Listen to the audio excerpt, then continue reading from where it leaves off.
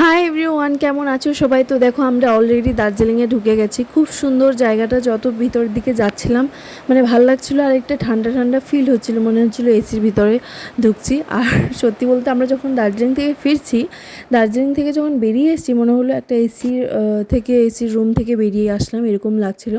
চারিদিকের পরিবেশটা দেখো খুব সুন্দর। সত্যি বলতে আমার এখানে থেকে যেতেই ইচ্ছে করছিলো। মানে এখানে মোটামুটি 1-1.5 মাস থাকলে তোমার পুরো লুক চেঞ্জ হয়ে যাবে, এরকম একটা জায়গা।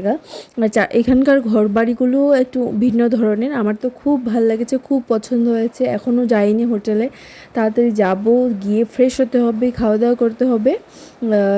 একদিন পুরো ট্রেনে ছিলাম তো না, তো এখন আর ভালো লাগছে না, বিরক্তি লেগে গেছিলো। কিন্তু চারিদিকের দৃশ্যটা দেখতে দেখতে আবার খুব ভালো লাগছে। দেখো এই ঘরবাড়িগুলো কি সুন্দর, কি ভালো করে সাজিয়ে রেখেছে, পুরো ডিটেইলিং আছে এই ঘরগুলোর মধ্যে। খুব ভালো লেগেছে আমার। আর দেখো পুরো মেঘে ভর্তি।